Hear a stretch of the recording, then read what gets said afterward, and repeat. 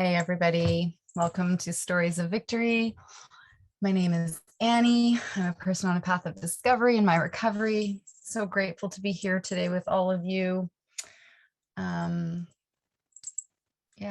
came up with the story. The title of my talk is being the ninja of feeling avoidance. And I think that really speaks more to what it was like before and what it can still be like today when I'm not taking care of myself. So I started my day today a little bit not the way I wanted to, and found myself driving home to come and do this talk and hadn't done my sadhana. So what I know today in my recovery is that I can start my day over again. So on the way home, I was chanting Satanama, Satanama all the way home in the car, just to ground myself and connect myself to something greater than myself, which is the foundation of my recovery today. So, I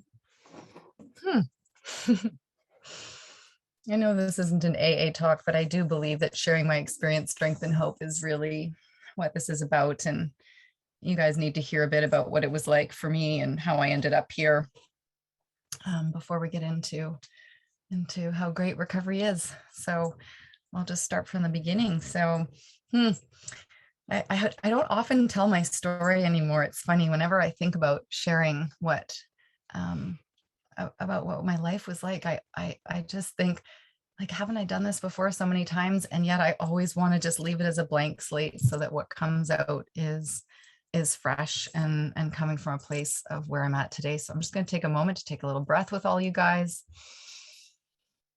and ask that what I share can be helpful to someone, because that's what it's really all about, right?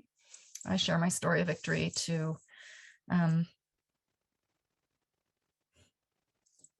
show that being in recovery actually does work. So I was adopted at birth. My birth mom was 16 when she had me. Well, she would just turn 17, I guess, by the time I actually arrived into the world, but she knew during her pregnancy. That's Frank. If you hear Frank snoring in the background, don't be offended. He's not bored. He's just giving his little snorts of contentment. So yeah, my mom knew she was going to give me up for adoption during the pregnancy. And I think, knowing what I know today about trauma and about ACEs and about in utero experience, I don't think that it was not that it was her fault. She did the best that she could, and I love her for doing what she thought was best for me when she was 16 years old. But I doubt that what I experienced as an even in utero baby was a very calm, peaceful environment. And when I look at my life and how things unfolded, I almost feel like I was constantly trying to draw to me and repeat that experience of what it was like for me as a baby in an unsettled environment. And I was adopted into a home that was fairly chaotic, fairly alcoholic. I don't like to tell other people's I don't like to put labels on anyone anymore. I really don't. I truly believe that it really doesn't matter, and where labels don't matter. I just knowing that the environment was chaotic and unpredictable, and for the most part, I think my parents did the best that they could, but they were really unwell themselves. And my childhood, although had brilliant moments of fun, and I liked school, and I was good at sports, and I had friends, and I rode horses, and there were lots of things that were amazing. And there was also a part of me that would hide in my room and escape into music and escape into candy and escape into television to not have to feel my feelings. And so those were, I believe, my first tools that I used to escape my feelings. And when things got more hectic and chaotic in our home, and my dad's drinking was getting out of control, and I think he was on the verge of losing his job, my mom, I think, gave him some pretty clear boundaries that she would leave if he didn't stop drinking. And he didn't stop drinking and she didn't leave. And those two behaviors really led to, well, that they just became what I learned, right? That became what I knew how to do. I knew how to drink to avoid my feelings later on. And I knew how to stay even after I said I wouldn't. And even after things weren't necessarily good. And that will, we'll get into that part of my story later. But when I think about what I witnessed and experienced as a child, that's what I learned. And so eventually my dad died of his alcoholism. It's sort of undetermined as to whether or not it was intentional suicide or the desperation of an alcoholic drinking poison.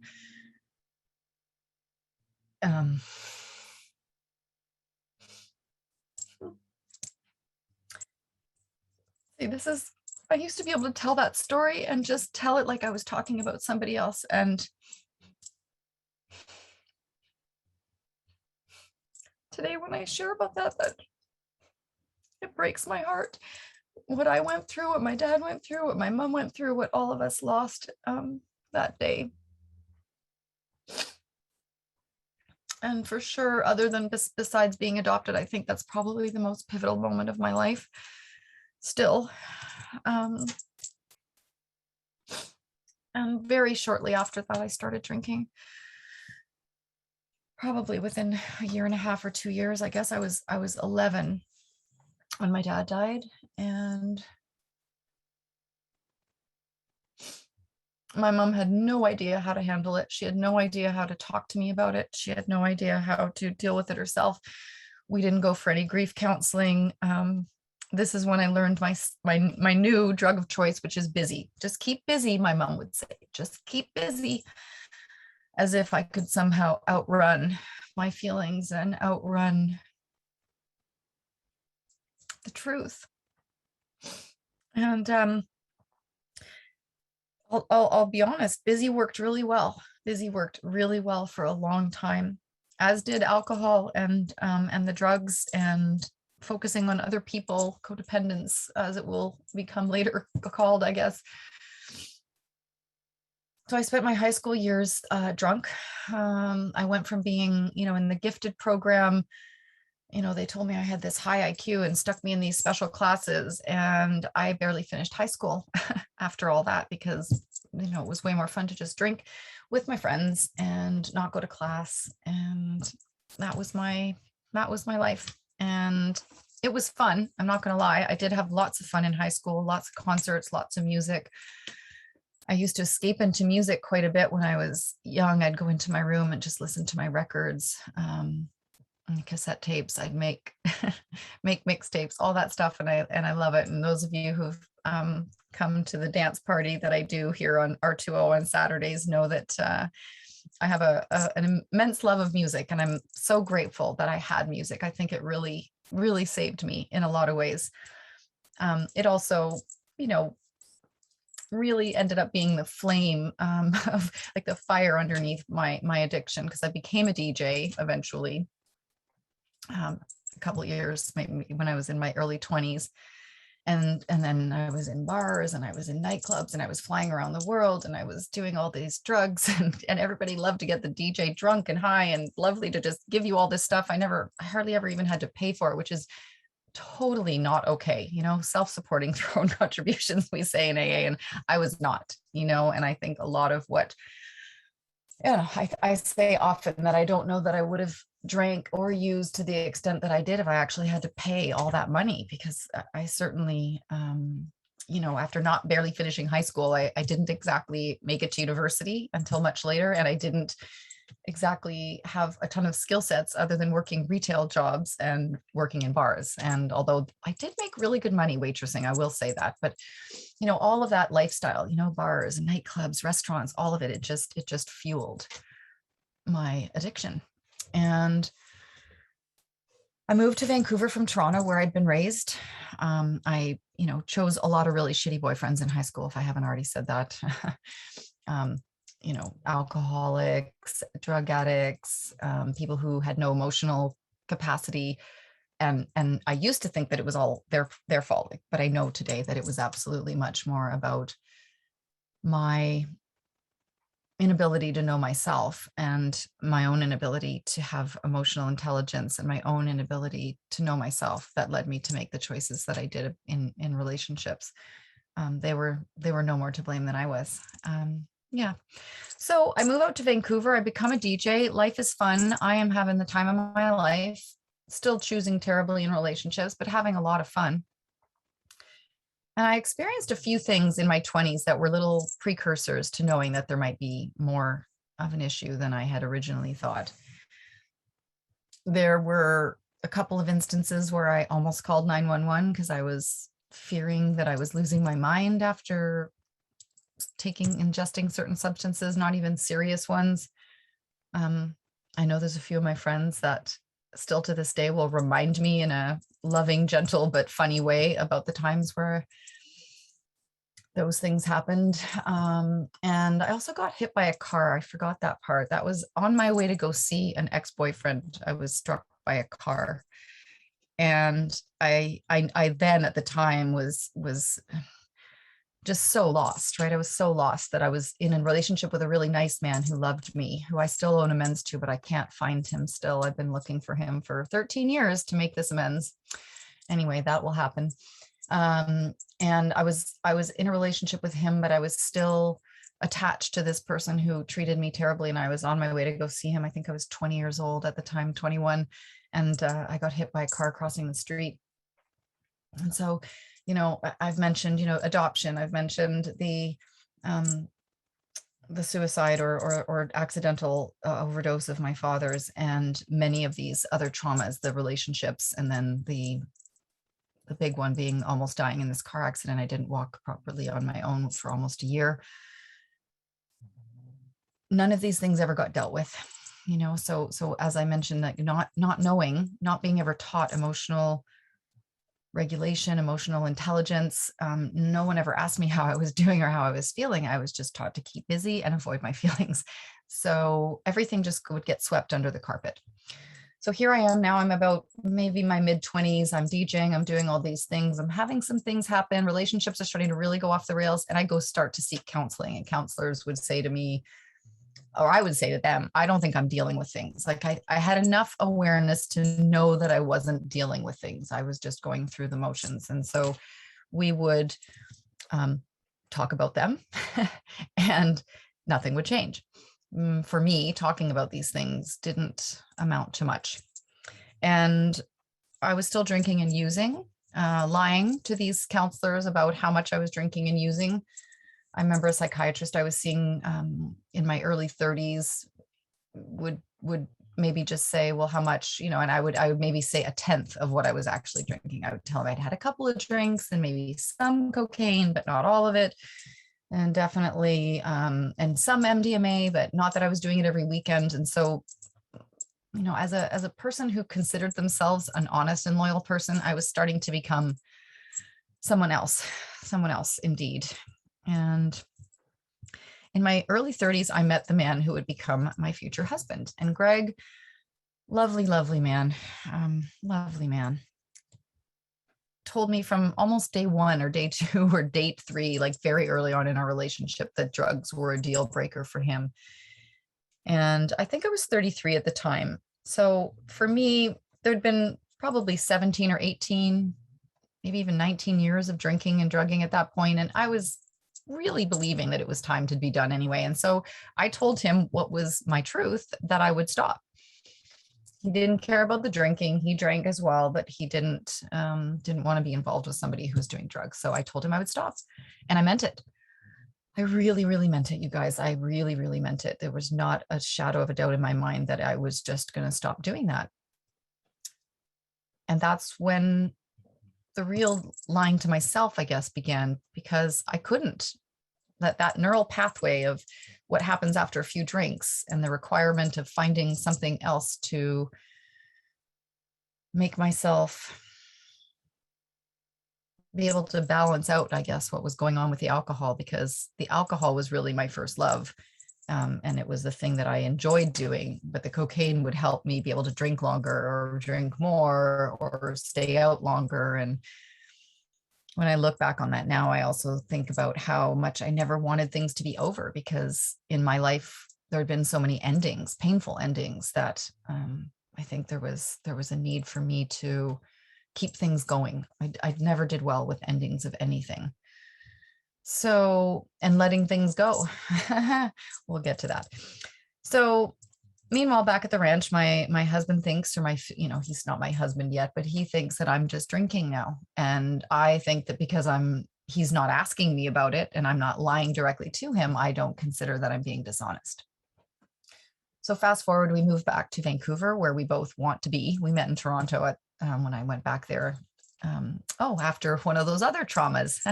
Let's not skip over this one. This is another one that just really, whew. So I was running an after hours nightclub. I was the DJ every weekend, and my business partner was the host and the money behind it. And one night a fight broke out, and he was trying to break it up, and he was shot. And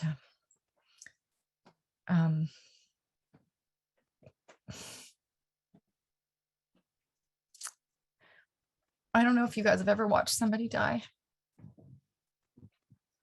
but I knew when it happened.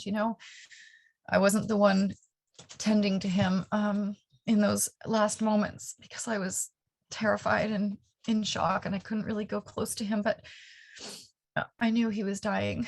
And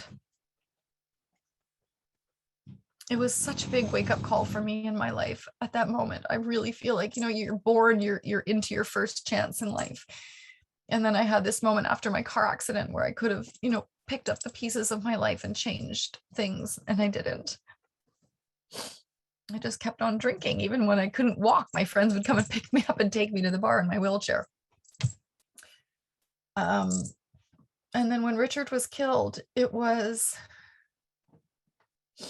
I went back to Toronto. I left Vancouver. I went back to Toronto to regroup and be close to my family. And it was another opportunity for me to wake up and realize that the lifestyle that I was leading was not good.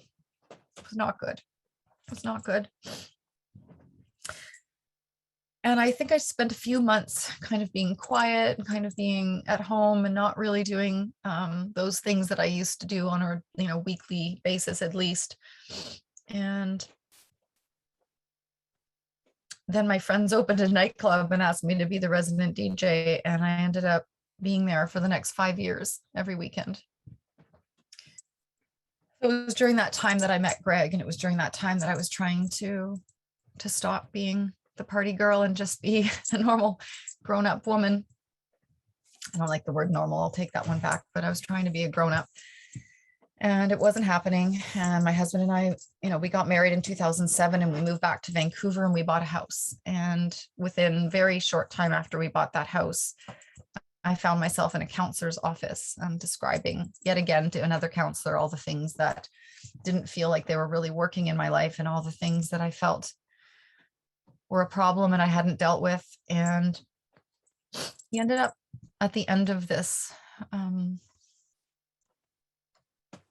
won't say it was a poor me, but it was pretty much, the victim, right? Don't you know how hard my life has been? I was adopted.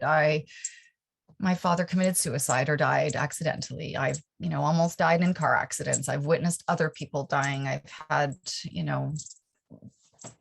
violent boyfriends. I've done countless damage to myself through alcohol and drugs.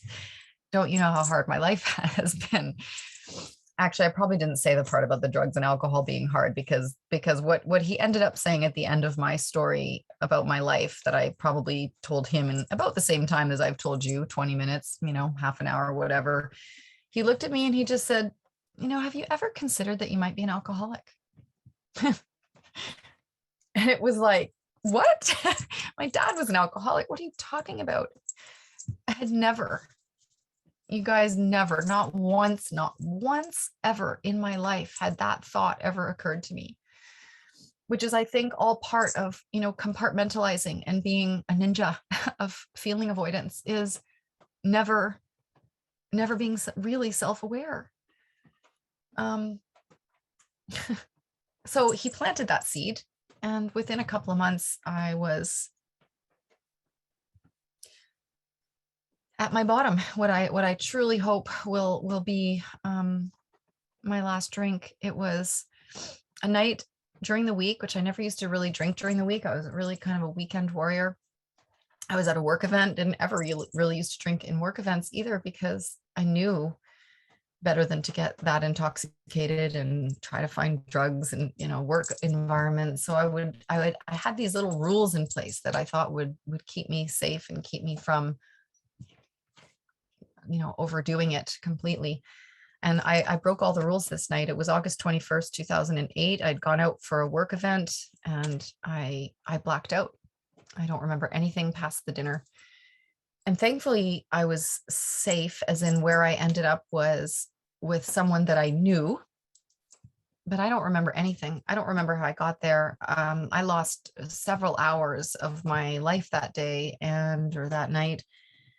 And when I was told some of the things that had happened between what I remembered at dinner and that moment, I was shocked and afraid. And the feeling that came over me, not just the sickness of having drank so much, but the feeling of having actually become so far away from who I thought I was as a person, was so hard on my soul. And I do believe that, there was always something watching out for me. There were many times I drove drunk. There were many times that I ingested substances and combined things together that I shouldn't have. And something kept me alive through all of that. And, I had done many searching things. I'd already become a yoga teacher. I was studying and reading all kinds of spiritual literature. I had left church, but I was really, really seeking something. And in that moment of reckoning, of just absolute, disassociation or non-congruence with who I thought I was and who I really was, it was devastating. And I knew in that moment that I could never drink alcohol again, ever. And it was early in the morning. I got myself home. I was still smoking cigarettes at the time. And I remember driving, one hand on the wheel, trying to smoke with the other hand and drive standard. I don't even know how I was doing all this, but I got myself home. But on that ride home, I remember calling the only sober person that I knew of, a woman who lived near me and was a dear friend. And this is the best part. I was supposed to have lunch with her later that day. Like, that's how it was already set up. That's how incredible, Tommy talks about the universe, or, your case is being considered, is how he says it. And my case was already being considered, all those things, that office, that conversation with that counselor, having lunch plans with this woman, it was all being orchestrated so that I could finally see the truth and get the help that I needed. And that was the magic, right? That was the magic. I called my friend and I said, Georgia, I need help. I need help. That's the magic words. I need help. And then the universe honestly opened its wide, benevolent arms and wrapped itself around me. And from that moment on, I have not had to have a drink again, which is incredible, you guys, because I drank every single weekend for 23 years and all the other things too. But the drinking was really, always the gateway to all the other stuff. So that woman came to my house, and I think one of the things about recovery that's so interesting is that the path that you end up taking in recovery will have a lot to do with who shows you what their path was. And so if someone ends up in a doctor's office or a counselor's office or some 12-step program room or treatment or somewhere else, like, there's so many ways to get into recovery and to learn the many pathways in it, so I didn't know anything. I knew nothing. I'd never talked to my parents about alcoholism. My mom never talked about my dad. So I had no idea what I was doing. I just did what Georgia did. She said, come with me to a meeting. And off we went to a meeting the next day when I was not so sick. And I met people that night that I'm still friends with, my dear friend Miranda, my friend Erin. These two women gave me their numbers, gave me, a sense of, you can contact us. We'll be here. And I went off to treatment, and learned a ton about myself, met incredible people. My roommate there, Tara, is still one of my best friends in the whole world. She was, she's been such an inspiration and such a good friend to me. Anyway, I don't know why I followed that path. I just know she said this is what I did, and I went, okay, I'm doing what you did, and off I went. And I still don't know how a woman like me, who was defiant and self-reliant and stubborn, and I know what I know, and I don't need you to tell me anything, why I listened, but I did. Something in me just said, you need to listen to what these people are telling you. You need to do what they're saying. And so I did, I did step work. I got a sponsor. I went to meetings. I became a sponsor. I got a service position. I did all the things, step groups, all of it. I did all of it. And I started working in the field. I went and worked at the treatment center that I'd been at. So, why did that all work? I don't know. I think because I wanted it. I think when I woke up that morning, or I came to that morning, August 22nd, 13 years ago, I knew that I was done. And I knew that I was going to have to stay away from alcohol. And thankfully, these things, worked for me. Now, that was just layer one. And I'm sorry if you're new, if this is really early days for you, focusing on not doing whatever the behavior is, whether it's a drinking, drugging, shopping, gambling, food, whatever it is that you're trying to move away from. For me, the story was that wasn't enough. Just stopping the behaviors and the substances, that wasn't enough. I had to really get into the work of uncovering my traumas and doing the work to get emotionally stable. And that's an ongoing thing, right? I mean, I'm not talking about like it was not an event, it's a process, right?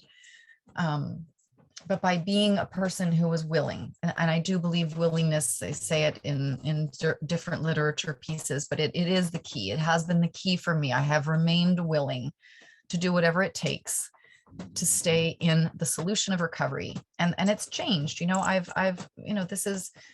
This is 13 years in. I've experimented with many different healing modalities over the years, and they've all been helpful. Hypnosis, I've done EMDR, I've done somatic experiencing, et cetera, et cetera, et cetera. And for me, that's, maybe it was too much, like too many things. I sometimes wonder whether I've, attacked my recovery too much and done too many different things. But I needed to heal my mind, my body, and my spirit, so there were physical, Nikki Myers from Y12SR talks about the issues are in our tissues. And for me, it really has been a lot of yoga, a lot of breath work, a lot of learning how to be in my body, because I spent all my time up here in the safe zone of my intellect, because that high IQ that this universe bestowed upon me, it didn't, it's still there. And once the fog of drugs and alcohol were lifted, it's definitely still functioning, thankfully.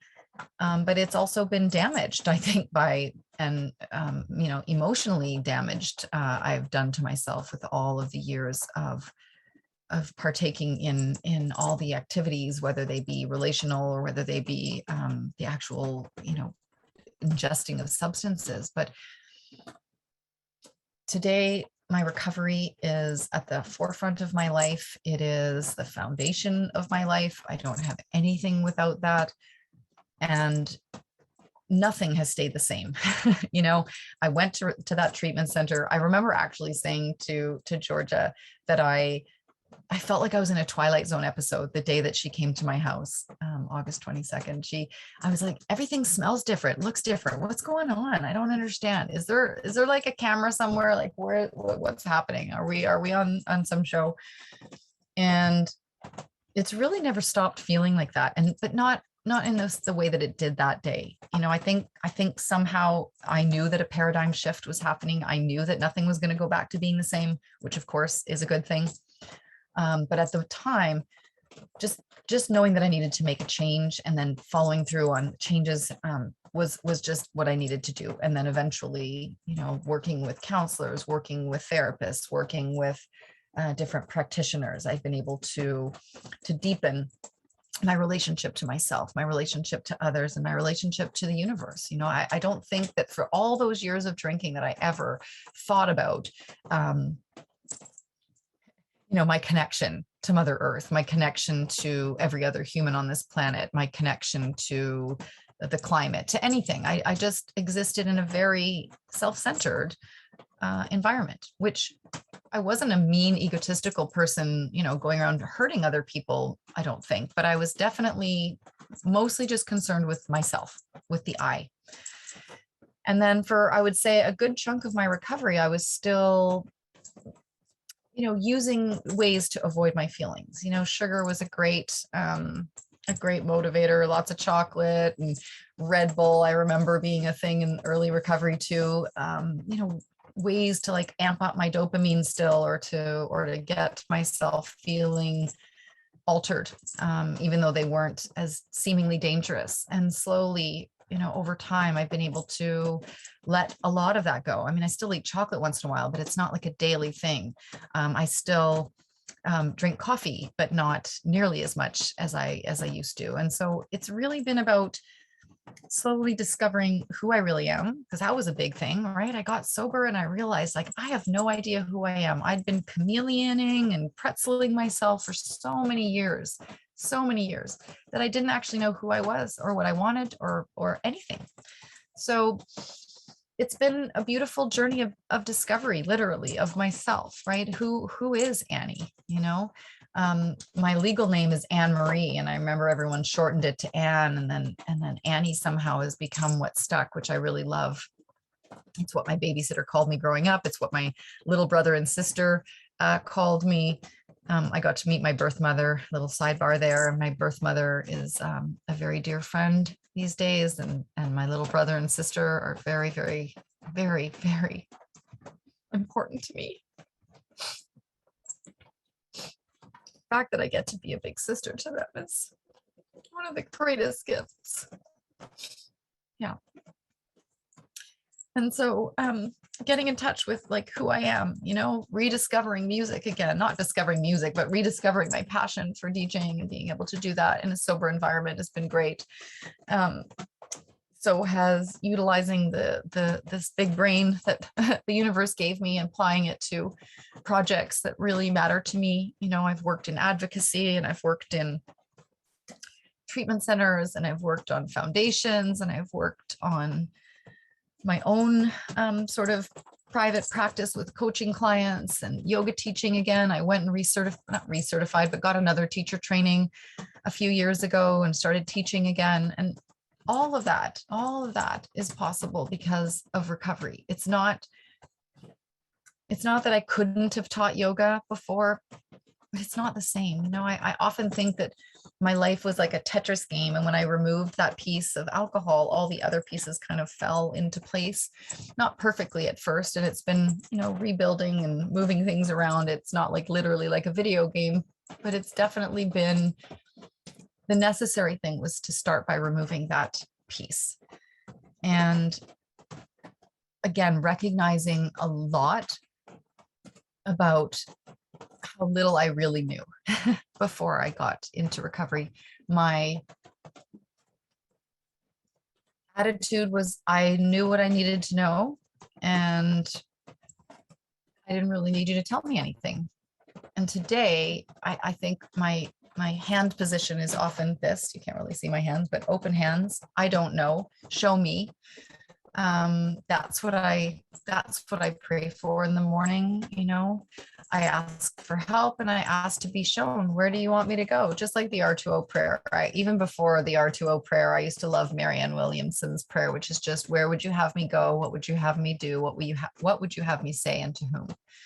And to me, that's the most beautiful way to just be of service and to show up with an I don't know humble attitude that keeps me from thinking that I know what's best for me or you, especially that one, right? Codependence still can rear its ugly head. I have an interesting still relationship with my mom. She's not someone who ever sort of got any self-awareness. So our relationship is limited, but it's still beautiful because I have let go and forgiven her and me and all of it for many years now, actually. And so when I do talk to her and spend time with her, it's just me letting her be who she is and not trying to change her in any way. And that's been definitely a beautiful gift to just allow my mom to be who she is, because she's 88 years old and she is probably not going to get sober, and she is probably not going to suddenly have awareness, but you never know, right? I believe in miracles. Hope you guys do too. So the last thing I'll say is that, well, not last, but, we can talk about questions and stuff as well. But I would say that, my recovery hasn't been easy. It's actually, a lot of times it feels like life was easier before I got into recovery, because I existed in that place of feeling avoidance. And, I had all the moves, but busy didn't work, then this might work. And there's lots of ways. And now the things that have happened to me in my recovery have actually been quite challenging. My husband and I didn't stay together. That was in the first year I went through that divorce. My dog passed away. The love of my life, Georgia, died. And that was incredibly painful.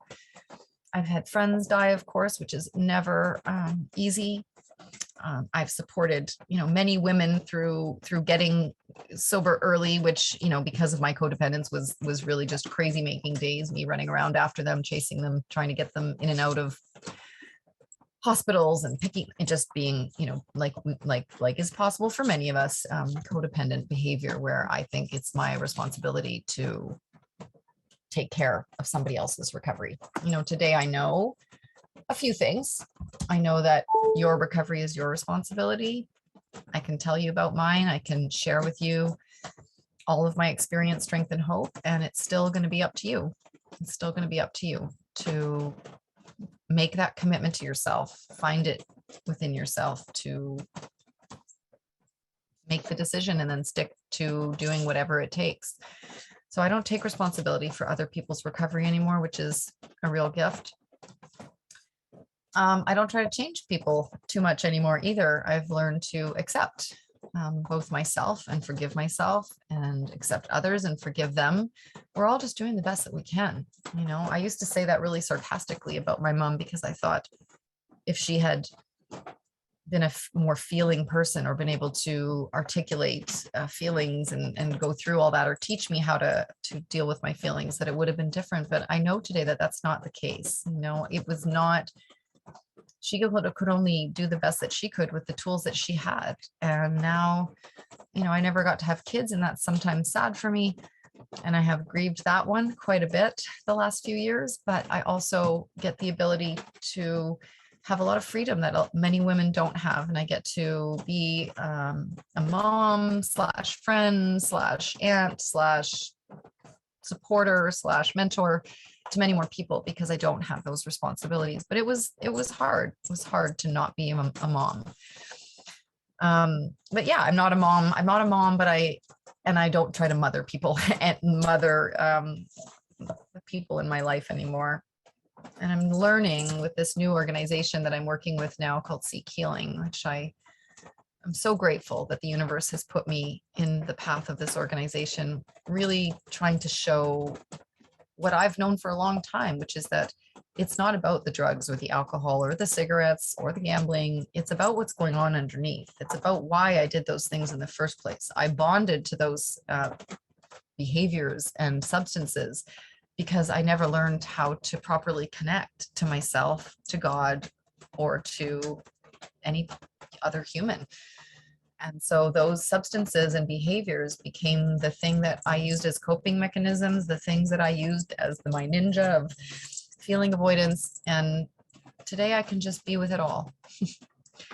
It's not always pretty. I am not going to lie. Like I said, my recovery has been challenging. I've been through PTSD, flare-ups. I've been through deaths. I've been through financial challenges. I've just had it all kind of happen, which was way more than seemingly happened when I was still out there using and drinking and doing all the things that I was doing. But the reality is that's not true, right? When I looked back the other day and sort of thought about my story and went, okay, but Richard dying, car accident, my dad, like a lot of really terrible things happened during the time that I was drinking and using. It just sometimes feels like recovery is so much harder because there's no buffer, right? There's no buffer between me and reality anymore, except for a little bit of coffee.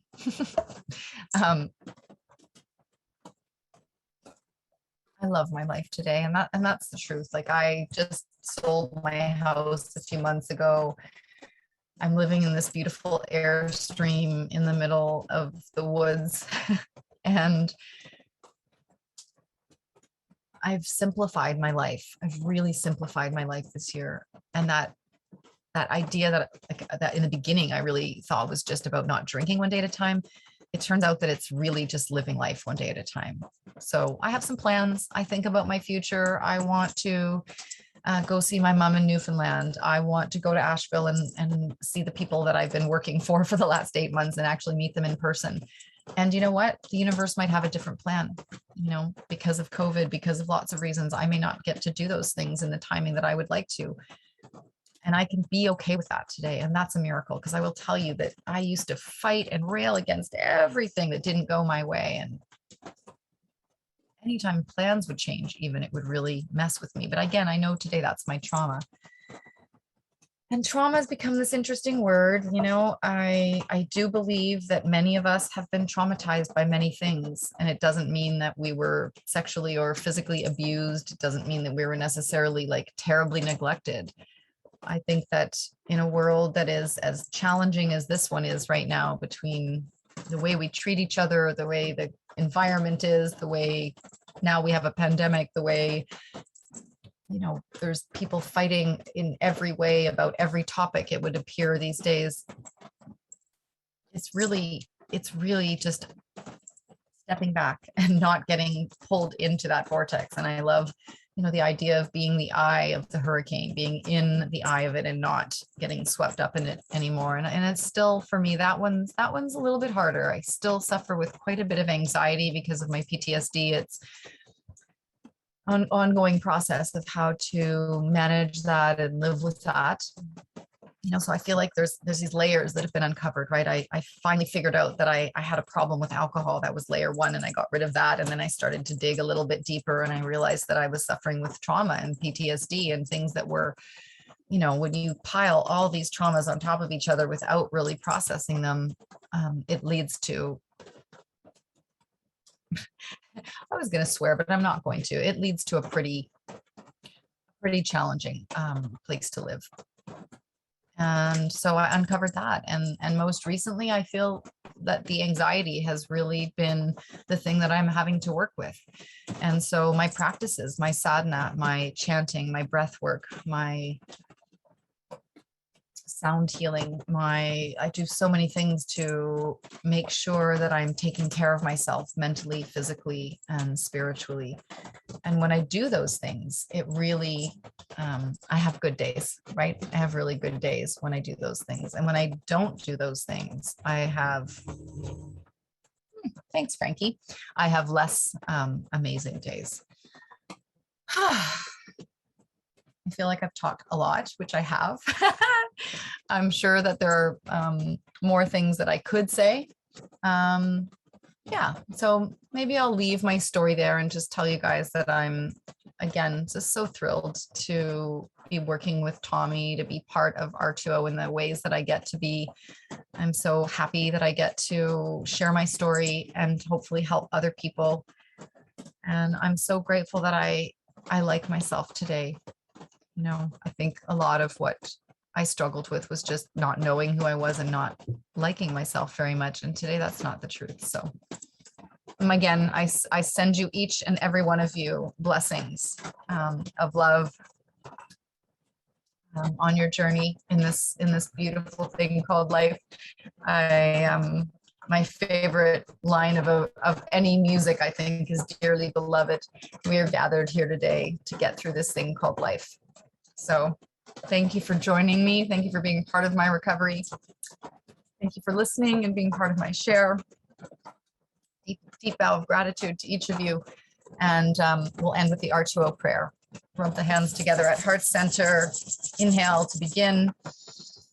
Universe, put us in the places you want us to be, with the people you want us to be with, doing the things you want us to do. Thank you for the joys and the opportunities of my life. Satnam, so it is. Amen. Waheguru. Woohoo!